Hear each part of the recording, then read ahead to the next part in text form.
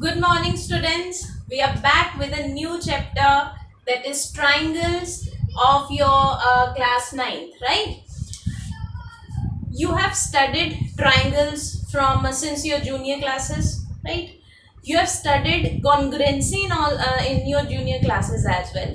We will be discussing congruency of triangles in this chapter, right? In this video, we'll be learning basics of congruency. What is congruency? See, so I just want to ask you,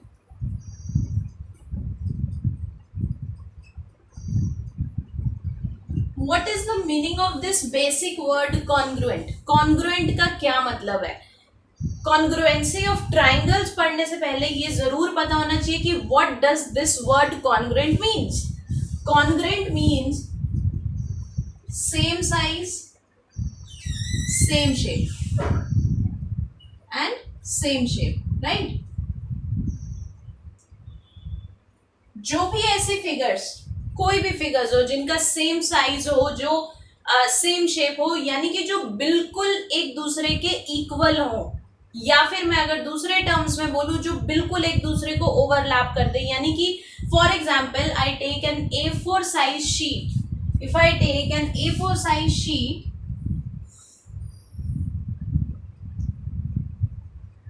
and this is another A4 size sheet, अगर मैं इन दोनों sheets को एक दूसरे के ऊपर रख दूं, अगर ये दोनों शीट्स एक दूसरे के ऊपर प्लेस की जा रही हैं, इट मींस कि आप लोग विजुअलाइज नहीं कर पाएंगे जो नीचे वाला शीट होगा, आप उसको नहीं देख पाएंगे. यानी कि उसका रीजन क्या होगा? क्योंकि ऊपर वाला शीट उसे ओवरलैप कर देगा, है ना.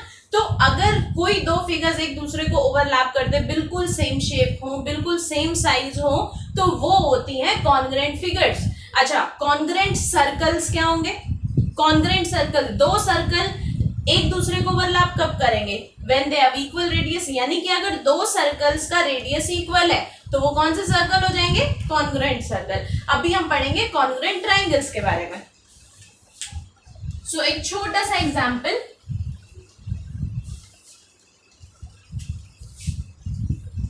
I am taking 3 equilateral triangles here.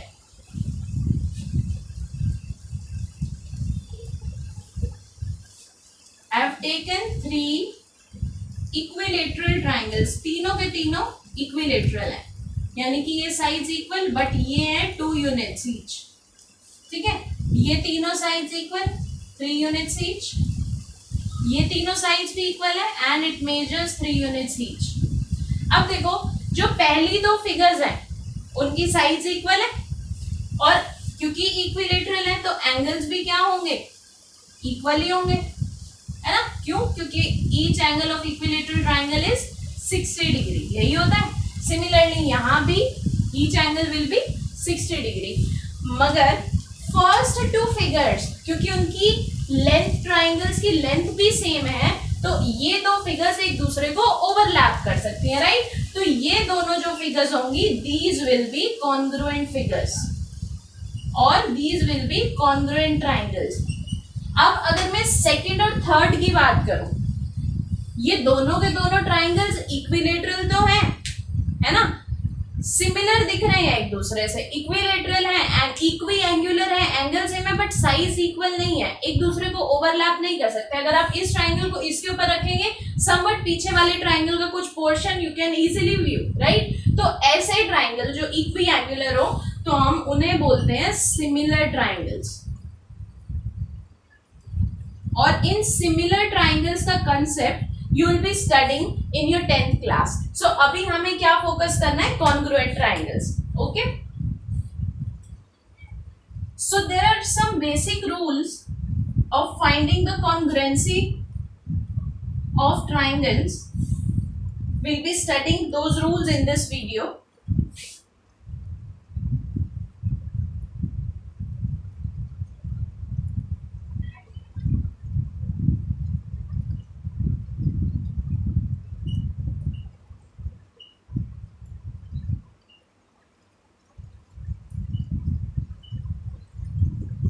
Now just have a look.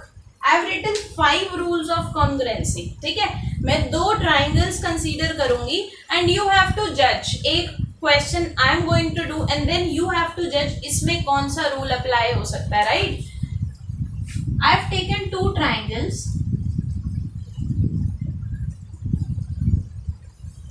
Triangle ABC and triangle PQR. दो ट्राइंगल्स मैंने लिए, राइट? ये दो ट्राइंगल्स में हमें क्या गिवन है? This AB is equals to this PR, AB PR के इक्वल है। This AC is equals to PQ, जो जिसके इक्वल है मैंने उस पर उतना मार्क किया है, right? And this BC is equals to QR, यानी कि ये BC और QR क्या है? ये भी आपस में इक्वल है। तो इफ आई से यहां पर अगर मैं देखूं, इसका साइड ये आपस में इक्वल, ये आपस में इक्वल और ये आपस में इक्वल, यानी कि कौन सी कॉन्ग्रुएंसी यहां पर पॉसिबल है, कौन सी हो सकती है? SSS, यानी कि side side side congruency, side side side, similarly side side side. अब आपको एक चीज ध्यान रखना है। अच्छा, नंबर 1, कॉन्ग्रुएंसी का साइन ये होता है, this is the sign of congruency, ठीक है? अगर दो फिगर्स, दो शेप्स कॉन्ग्रुएंट है तो उनके बीच में हम ये साइन लगाते हैं, ठीक है? अभी इसको हमें लिखना किस तरीके से है? क्या हम इसे ABC CBA ट्राइंगल या BCA ट्राइंगल इस तरीके से लिख सकते हैं? नहीं लिखना है हमें को। किस तरीके से लिखना है? सी, यहां पर इन दोनों ट्राइंगल्स में this AB is equals to PR, this AC is equals to PQ and this BC is equals to QR, right? ये चीजें इक्वल है। नाउ अभी मैं पहली दो जो कंडीशंस मैंने यूज किया, I will pick those conditions जो इनमें सेम है। मैं सेम को अंडरलाइन, सेम अल्फाबेट है उसे अंडरलाइन करूंगी। A इज सिमिलर और यहाँ पर P इज सिमिलर, ठीक है?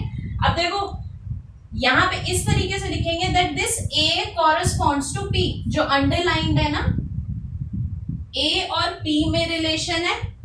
अब देखो जो अंडरलाइन नहीं है, जिसके नीचे डॉट लगा दी, B corresponds to R and C corresponds to, ये वाला ले लिया, C कॉरेस्पॉन्ड्स टू Q। तो this implies triangle ABC is congruent to triangle PQR। नहीं ले सकते, PRQ लेना है इसी सीक्वेंस में, ABC PRQ। अब ये लिखने का, इसे इस तरीके से लिखने का what is the reason? Reason ये है कि अगर हमने ट्राइंगल के सीक्वेंस का ध्यान रखा तो you will get to know easily कि अगर मैं एंगल्स की बात करूंगी, एंगल A जो है वो एंगल P के इक्वल होगा, साइड BC जो है वो RQ के इक्वल होगी, यानी कि बाद के दोनों को कॉरेस्पॉन्ड करेंगे। फर्स्ट एंड थर्ड अल्फाबेट को कॉरेस्पॉन्ड करेगा। अगर मैं बात करूं B की, तो B एंगल R के इक्वल है। आप इसी सीक्वेंस से, आपको फिगर में भी देखने की नीड नहीं है, and you can tell this thing without looking into the figure, ठीक है? This is one thing. Other thing, यहां पर एक नई term you will be studying, CPCT, that is, अभी इसका मतलब समझेंगे। पहले तो इसको हम एक्सप्लेन करते हैं क्या है। Corresponding parts of congruent triangles, इसे इलैबोरेट किया मैंने।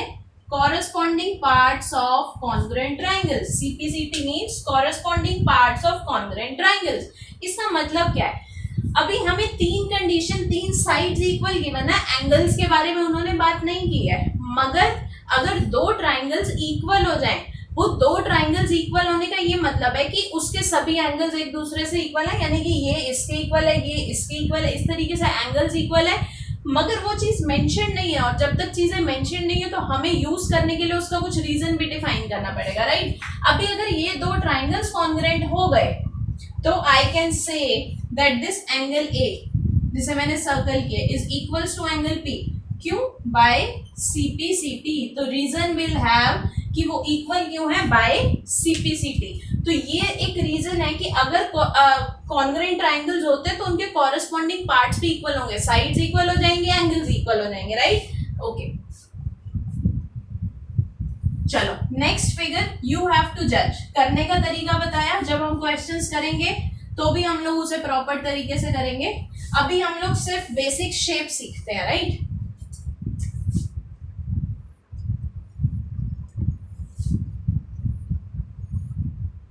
आपको इसमें गिवन है triangle ABC and triangle DEF, ठीक। इसमें आपको this side is equals to this, ये एंगल इसके इक्वल है और ये एंगल बी आपको गिवन है वो इसके इक्वल है, ठीक है। अब देखो एक चीज इसमें, ये कंडीशन आप लोगों को गिवन है। अब यहां पर can I say that this angle A is equals to angle D, कह सकती हूँ। फिर ये साइड इसके इक्वल है, फिर ये, तो ये कौन सी प्रॉपर्टी हो गई, कैन यू विजुअलाइज। पहले एंगल आया, angle then side then angle, तो कौन सी कंडीशन से ये कॉन्ग्रुएंट हुआ है, angle side angle. What if अगर मैं आपको इस टाइप की फिगर देते, अगर यानी कि इन्हीं ट्राइंगल्स में आपको ये गिवन होता, कंडीशन कुछ और होती, for example triangle ABC and triangle DEF. अगर आपको ये गिवन हो, ये एंगल इसके इक्वल है, ये साइड इसके इक्वल है और ये एंगल इसके इक्वल है, यानी कि अब आपको यहाँ पर हमने ये एंगल ना दे करके हमने ये एंगल और एफ सी और एफ दे दिया, तो क्या अभी भी एंगल साइड एंगल लगेगा। अब ये जो कंडीशन है, यहाँ पर बहुत बच्चे मिस्टेक्स करते हैं, you have to make sure कि ये कंसेप्ट क्लियर हो जाए, ठीक है। अब देखो इसमें भी दो एंगल्स हैं, राइट, दो एंगल्स इसमें, एक साइड इसमें, तो ये भी तो ए एस से होगा, नहीं होगा ये ए एस से। Why, the reason is A S से होने के लिए एंगल साइड एंगल कंडीशन लगने के लिए जो दो एंगल्स हैं उनके बीच में साइड होनी चाहिए। ये जो दो एंगल्स है साइड उनके बीच में है ना। क्या यहाँ पे दोनों एंगल्स के बीच वाली साइड आपको इक्वल गिवन है, नहीं गिवन, तो ये ए एस से नहीं हो सकता, ठीक है। तो ये कौन सी कंडीशन होगी, देखो सीक्वेंशियल फॉर्म में चलना है, साइड एंगल एंगल, क्या ये पॉसिबल है, side angle angle, no this is not possible, ऐसा कोई कॉन्ग्रुएंसी रूल नहीं है। रिवर्स में चलते हैं, angle angle side, yes as is possible, तो ये कॉन्ग्रुएंसी, ये एंगल इसके इक्वल है, ये एंगल इसके और ये साइड, तो ये हो जाएगी एएस। तो यू मेक श्योर आपको एएस से और एएस में कंफ्यूज नहीं होना है, राइट। चलो अब दो कॉन्ग्रुएंसी रूल्स मैं और डिस्कस करूंगी जो हमारे रिमेनिंग है। वी हैव डन एएस से एसएसएस एंड एएस, ठीक है। अभी next is I am going to take two right angle triangles, two right angle triangles I am taking here, and this triangle is ABC, this triangle is PQ, this is 90, this is 90, ये condition इसके equal, ये side इसके equal, ठीक है। अब देखो यहाँ पर दो कंडीशंस बची, एसएस, ये दोनों का ही यूज करूंगी मैं इसमें, एसएस और आरएचएस। अब देखते हैं कि कौन सी कॉन्ग्रुएंसी यहाँ पर यूज होगी। अब देखो सबसे पहले तो मैं आप लोगों को आरएचएस का मतलब समझा दूं, क्योंकि ये बिल्कुल अलग ही डिफरेंट नाम है RHS. It means, R means right angle,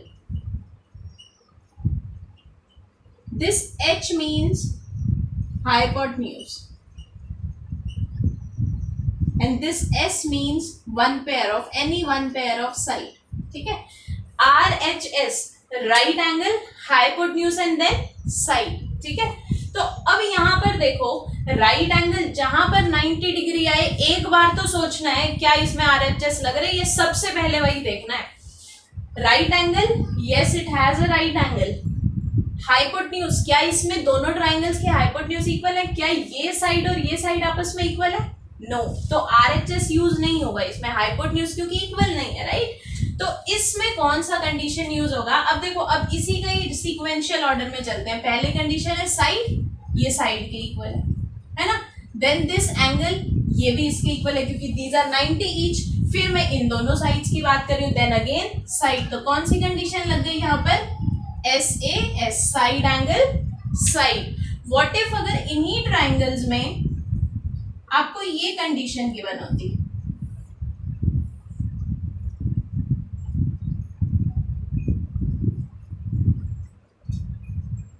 तब कौन सी प्रॉपर्टी लगती। फिर से मैंने बोला 90 डिग्री है तो सबसे पहले क्या देखना है, आरएचएस, आर है right angle we have, H means hypotenuse, 90 degree के सामने वाली साइड इज हाइपोटेन्यूज, इसका हाइपोटेन्यूज और इसका हाइपोटेन्यूज इक्वल है, यानी कि इस RHS कंडीशन में R भी है राइट एंगल, H भी है, हाइपोटेन्यूज भी इक्वल है. अब तीसरी condition will be my side. Third condition देखो, यहाँ पे ये साइड भी आपस में इक्वल है, तो ये भी कंडीशन फुलफिल. तो ये दोनों ट्राइंगल्स किससे कॉन्ग्रुएंट होंगे? RHS से कॉन्ग्रुएंट होंगे. ठीक है, एक और एग्जांपल, लास्ट एग्जांपल देखते हैं. व्हाट इफ ट्राइंगल दोनों के दोनों जॉइंट हो? इफ टू ट्राइंगल्स, अब देखो, अगर ये जो दो ट्राइंगल्स हैं इस तरीके से मैं given, we have two triangles in this. ठीक है, अब कंडीशन मुझे गिवन है कि ये साइड और ये साइड इक्वल है, बस और कुछ नहीं given. This is a triangle ABC on which AP is the perpendicular. AP क्या है यहाँ पर? ये इस तरीके से भी गिवन हो सकता है, AP is perpendicular to BC. This sign means perpendicular. और इसमें डायरेक्टली ये बोल सकते हैं, इसे ये फिगर ना दे करके बोला जा सकता है, in triangle ABC AP is perpendicular bisector of BC. Check if the two triangles are congruent. देखो, in triangle ABC जो AP है, AP is perpendicular. Perpendicular means 90 degree form करेगा. बाइसेक्टर, बाइसेक्टर मतलब जो सामने वाली साइड को दो इक्वल पार्ट्स में डिवाइड कर दे, यानी कि ये पार्ट और ये पार्ट क्या हो जाएगा? इक्वल हो जाएगा. ये सब दे ना दे करके वो सिंपल इस लैंग्वेज में भी लिख सकते हैं. ठीक है, अब यहाँ पर क्या है? This AP is perpendicular to BC. हमें अब ये गिवन है, राइट? अब देखो, अब ये दो ट्राइंगल्स लेंगे, in triangle APC and triangle APB. ये दो ट्राइंगल्स लिए मैंने. अब देखो क्या क्या कंडीशन, 90 डिग्री है तो राइट एंगल तो है. अब RHS बोला, सबसे पहले चेक करेंगे हाइपोटेन्यूज. क्या 90 के सामने वाली हाइपोटेन्यूज जो है क्या वो इक्वल गिवन है? नो. तो RHS नहीं लगेगा, जो कंडीशन है उसे इवेल्युएट करते हैं. ठीक है, अब सबसे पहली कंडीशन हमें गिवन है कि ये साइड इक्वल है इस साइड के, फिर आ गया 90 डिग्री. अब तीसरी कंडीशन, अगर दो ट्राइंगल्स जॉइंट होते हैं तो जो उनकी कॉमन साइड होती है वो तो दोनों ट्राइंगल्स में ही AP है ना, तो AP इक्वल्स टू AP. इसी तरीके से लिखेंगे, पहले लिखेंगे BP equals to PC. This is given. इसको एंगल 1 बोल देती हूँ, इसे angle 2. Angle 1 equals to angle 2, 90 degree each, and AP equals to AP. Common side है ये, तो हम यहाँ लिखेंगे कॉमन. तो this implies triangle APB is congruent to triangle APB is congruent to triangle APC by SAS congruency. I hope ये question भी clear है. बाकी के क्वेश्चंस हम लोग जो अपना नेक्स्ट वीडियो है उसमें डिस्कस करेंगे. Will be taking NCERT exercise in our next videos. ठीक है, और इस वीडियो में आई जस्ट ट्राइड कि आप लोगों को ये जो बेसिक कॉन्ग्रुएंसी रूल्स हैं वो क्लियर हो जाए. अब देखो, ये चैप्टर बहुत से ऐसे बच्चे हैं जिन्हें बहुत कॉम्प्लिकेटेड लगता है, बट मेक श्योर जब एक बार आपके ये बेसिक्स क्लियर हो गए तो this chapter is not at all complicated, complex नहीं है ये chapter. You just clear out your basics और उसके बाद this will be very easier for you as well. Okay, thank you so much.